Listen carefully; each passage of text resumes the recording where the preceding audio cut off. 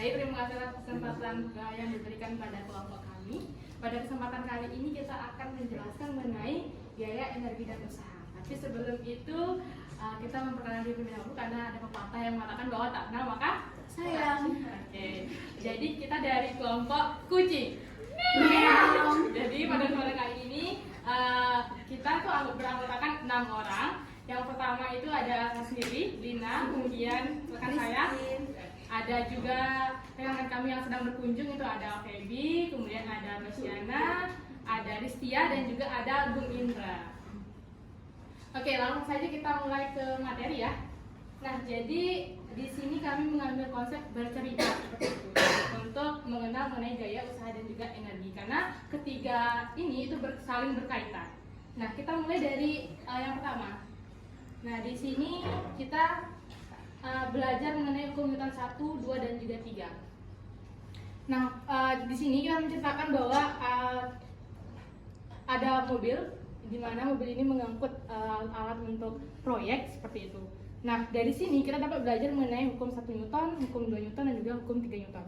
Nah, untuk hukum 1 Newton ini, kita bisa lihat dari Bapak supir ini. Jadi, Bapak supir ini itu adalah contoh dari gaya atau kelebangan benda atau gaya yang bekerja pada dia itu adalah endol, di mana pergerakan dia itu tetap dalam keadaan diam di dalam mobil. Nah, ketika dia ada gaya rem yang bekerja, nah itu artinya ada gaya lain yang mempengaruhi si supir ini seperti itu. Nah, dari sana itu ada hukum 2 Newton, di mana percepatan dari mobil itu dipengaruhi oleh gaya rem tadi. Nah, untuk hukum Newton yang ketiga itu adanya aksi dan reaksi. Nah, aksi dan reaksi ini dapat dilihat dari pergerakan ban mobil, di mana gerakan mobil itu merupakan dari gaya aksi dan arah dari pergerakan mobil itu merupakan dari gaya reaksinya. Maaf.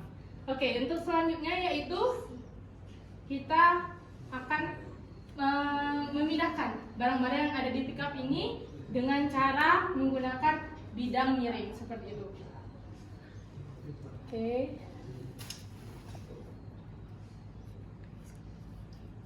Oke, mungkin agak terkenal ya bidang miringnya. Oke, anggap saja ini sudah bekerja. Jadi untuk menurunkan drum ini kita memerlukan bantuan bidang miring. Jadi misalnya jika kita ingin memindahkan drum ini dari truk ke bawah, itu sangat sulit jika tidak menggunakan bidang miring.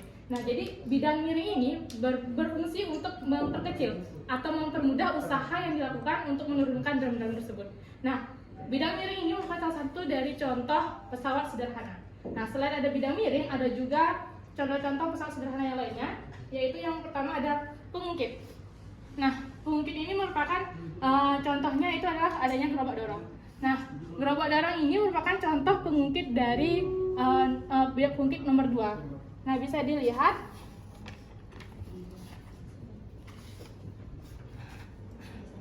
pengungkit yang nomor 2 ini, di mana bebannya itu terletak di tengah-tengah, kemudian tumpuannya itu ada di depan, dan kuasanya itu ada di belakang.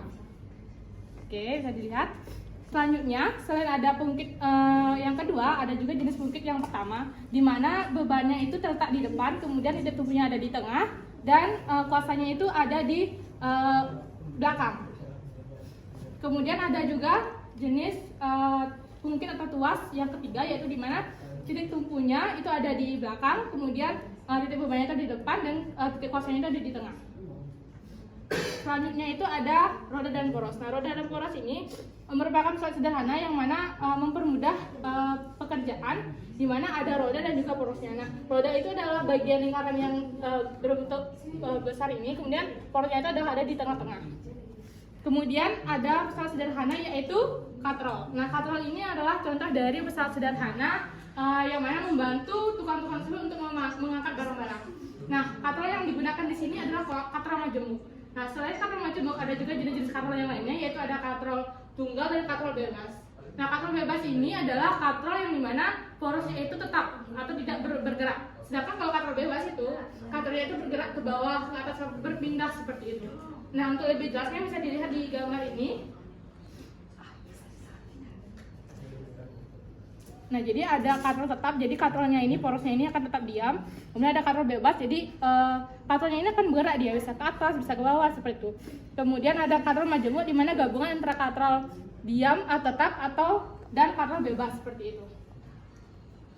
Nah, untuk materi berikutnya yaitu mengenai gaya dan juga energi akan dijelaskan oleh Rizky. Baik, terima kasih atas waktunya Lina. Di sini kita masuk ke materi gaya dan energi teman-teman, yang dimana kami menggambarkan sebuah gaya dengan energi ini dengan tukang-tukang yang ada pada proyek pembangunan rumah tersebut. Yang dimana pastinya orang-orang atau tukang-tukang tersebut memerlukan gaya dan energi dalam mengerjakan pekerjaannya. Nah, di sini yang pertama ada gaya otot. Nah, gaya otot ini memiliki sifat adanya perpindahan tempat, yang dimana di sini juga memerlukan kekuatan otot di dalamnya. Kemudian selanjutnya yaitu ada gaya magnet, gaya mesin, yang ada pada kita ibaratkan dengan genset, yang dimana di dalamnya itu pasti ada gaya magnet, yang dimana gaya magnet ini saling menarik, tetapi tidak semua sifat benda dapat ditarik. Kemudian ada gaya mesin di dalamnya. Kemudian selanjutnya yaitu ada gaya gesek. Nah, gaya gesek itu memiliki sifat yang memperlambat pergerakan agar tidak tergelincir. Pada gambar ini yang dimana sih yang disebut dengan gaya gesek? Nah, gaya gesek ini ada pada ban dengan tanah atau jalan yang ada yang mereka lalui. Dimana dengan adanya ban ini akan memperlambat atau meminimalisir tergelincirnya dengan beban yang dibawa oleh arko tersebut. Nah, kemudian ada gaya pegas. Nah, gaya pegas ini dalam pembangunan rumah kita ibaratkan dengan engsel pintu. Seperti yang kita ketahui bahwasanya itu gaya pegas ini memiliki sifat yang elastis. Nah, sama halnya dengan engsel pintu, agar bisa buka tertutup memerlukan adanya gaya pegas. Nah, kemudian ada gaya gravitasi bumi. Nah, gaya gravitasi bumi ini kita ibaratkan dengan cat yang tumpah, yang dimana saat tukang mengambil cat menggunakan kuas ada cat yang tumpah ke tanah. Nah, sifat gaya gravitasi bumi ini yaitu semakin berat massa benda tersebut, maka semakin besar juga gaya gravitasi bumi. Kemudian kita lanjut ke energi. Nah, bisa dilihat pada mind map tersebut bahwasanya ada energi kimia dan energi potensial pada gambar tukang yang sedang mengebor. Nah, energi kimia dengan energi potensial ini sama-sama memerlukan energi baterai atau aki. Nah, kemudian pada satu tukang ini yaitu ada tukang melakukan, mohon maaf, yang tadi ini tukang mengelas, kemudian yang ini tukang ngebor. Nah, pada satu tukang yang melakukan pengeboran ini ada 3 energi yang dilakukan. Yang pertama ada energi kinetik, energi listrik, dan energi bunyi. Nah, energi kinetik ini dapat dilihat dari pergerakan bor yang sedang dilakukan oleh tukang, karena pasti bor tersebut menghasilkan sebuah gerakan. Kemudian adanya energi listrik. Nah, bor ini memerlukan suatu energi listrik agar bisa difungsikan dan bisa mengebor yang ingin dibor. Kemudian ada energi bunyi. Nah, saat melakukan pengeboran pastinya kita mendengarkan sebuah kebisingan-kebisingan antara bor dengan yang sedang dibor. Kemudian ada energi mekanik. Nah, energi mekanik ini kami ibaratkan dengan tukang yang memalu tembok atau memalu kayu, yang dimana palu ini merupakan salah satu alat mekanik. Kemudian yang terakhir ada energi cahaya.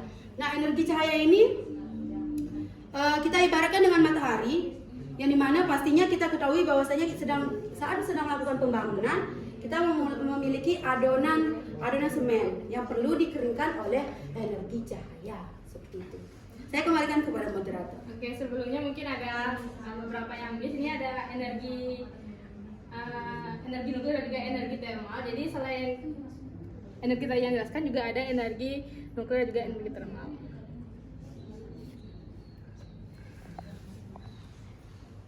Baik, itu tadi pemaparan materi dari kami. Sesi berikutnya yaitu kritik dan saran. Jadi untuk rekan-rekan yang ingin memberikan kritik dan saran, saya persilakan.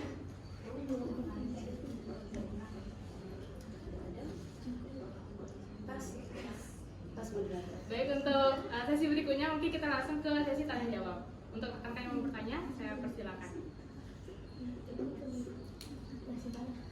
Ya, untuk Sinta, silakan. Baik, terima kasih atas kesempatannya. Sebelumnya perkenalkan saya Rima Sinta Ayu Putri. Di sini saya memiliki 2 pertanyaan. Untuk pertanyaan yang pertama yaitu konsep apa yang kalian gunakan dalam mind mapping yang kalian buat? Untuk soal yang kedua yaitu coba sebutkan contoh penerapan energi alternatif dalam kehidupan sehari-hari kalian. Baik, terima kasih.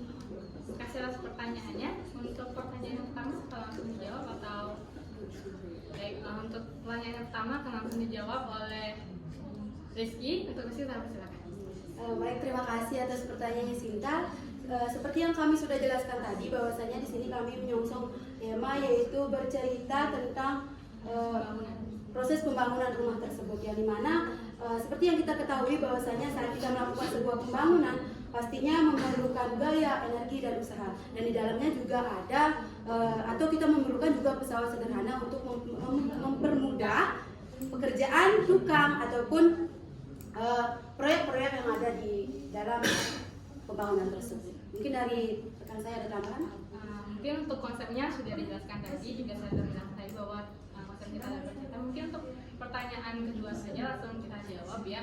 Jadi contoh energi alternatif yang kita terapkan sehari-hari itu mungkin bisa dilihat di jalan-jalan. Mulai saat ini udah ada yang namanya energi panas surya. Jadi dari sinar matahari itu atau panas matahari diolah menjadi energi listrik. Jadi lampu-lampu jalan sekarang sudah mulai menggunakan energi alternatif. Jadi untuk mengurangi pengaruh dari energi listrik dari berbahan batu bara. Jadi salah satu contohnya itu adalah menggunakan listrik berdasarkan dari panel surya. Untuk miskin, pertanyaan kedua ada. Oke, untuk rekan-rekan ada yang mau menambahkan? Nah, mungkin untuk pertanyaan yang berikutnya mungkin ada yang bertanya lagi, rekan-rekan. Oke, untuk Lisa, silakan. Terima kasih atas waktunya. Perkenalkan, nama saya Nini Putri Diana Sabara. Jadi tadi Lina sudah menjelaskan tentang contoh energi alternatif. Jadi pertanyaan saya, seberapa penting energi alternatif bagi kehidupan? Baik, pertanyaannya sangat bagus ya, karena emang masalah energi itu udah jadi masalah yang harus segera diselesaikan oleh semua manusia yang ada di bumi, karena umur bumi kita sudah mulai menua. Untuk pertanyaan itu apa mau dijawab langsung aja atau Boleh sedikit aja. Oke, Di sini pertama-tama terima kasih atas pertanyaannya Libriana. Di sini pentingnya energi alternatif bagi kita semua di sini, yaitu dengan kita memakai energi alternatif akan mengurangi pemanasan global tentunya, dan kemudian juga pengurangan energi yang tak terbarukan itu bisa diminimalisir karena penggunaan energi alternatif. Mungkin itu dari jawaban saya. bagus sekali ya jawabannya dari Rizky ya. Jadi saya sedikit menambahkan di sini seberapa penting itu menggunakan energi alternatif. Menurut saya itu sangat penting, dan Indonesia itu harus segera beralih ke energi alternatif karena sesuai dengan perjanjian yang dilakukan waktu ini antara presiden-presiden, ada sekitar 1 presiden di negara di dunia, mana akan mencanangkan bahwa tahun 2056 itu akan mengganti atau beralih ke energi alternatif. Seperti itu, dimana pengaruh dari contohnya saja seperti energi listrik dari berdasar atau bahan dasar batu bara, dimana itu mencemari udara, seperti itu, mencemari air, tentunya tidak baik untuk bumi kita seperti itu. Sekarang saja sudah terasa lebih panas seperti itu karena ketebalan atmosfer kita itu sudah mulai makin menipis karena pengaruh dari polusi-polusi hasil dari pembakaran menggunakan listrik dari batu bara seperti itu. Jadi sangat penting seperti beralih ke energi alternatif untuk menyelamatkan kita sendiri juga dan bumi kita seperti itu. Oke, itu tadi jawaban dari kami. Mungkin ada yang mau menambahkan? Oke, sudah pas ya. Untuk berikutnya apakah ada pertanyaan lagi? Ya, untuk Dewa, silakan. Baik, terima kasih atas waktunya. Saya Dewa Sumariti dari kelompok Buaya. Di sini izin bertanya dari pembicara tadi. Bagaimana hubungan energi dengan dari Gue juga pertanyaannya, jadi keterkaitannya dia mengatakan keterkaitannya. Mungkin untuk pertanyaan itu mau dijawab dari Rizky? Boleh. Oke, untuk Rizky saya persilakan kembali. Terima kasih atas pertanyaannya Dewayu. Di sini saya izin menjawab apa sih hubungan antara gaya dengan energi. Nah, seperti yang kita ketahui bahwasanya kita saat melakukan pekerjaan hasilnya menghasilkan energi agar adanya gaya. Nah, gaya ini kan ada tarikan dan dorongan. Nah, saat kita melakukan sebuah energi, semakin besar energi yang kita gunakan atau kita lakukan, maka gaya tersebut juga akan semakin besar. Mungkin bisa dijelaskan bagaimana? Oke, saya sepakat dengan Rizky ya. Jadi saling keterhubungan. Jadi antara gaya dan juga energi itu saling ada keterhubungannya. Begitu juga dengan usaha. Jadi ketiganya ini menurut saya itu setara. Jadi saling membutuhkan. Jadi untuk melakukan sebuah usaha memerlukan energi untuk menghasilkan gaya seperti itu. Jadi ketiganya itu saling berhubungan dan terkait. Mungkin itu saja sama dari saya. Untuk pertanyaan untuk kan apakah ada yang mau menambahkan? Sudah pas? Oke, kita lanjut. Apakah ada pertanyaan lagi? Silakan Elma.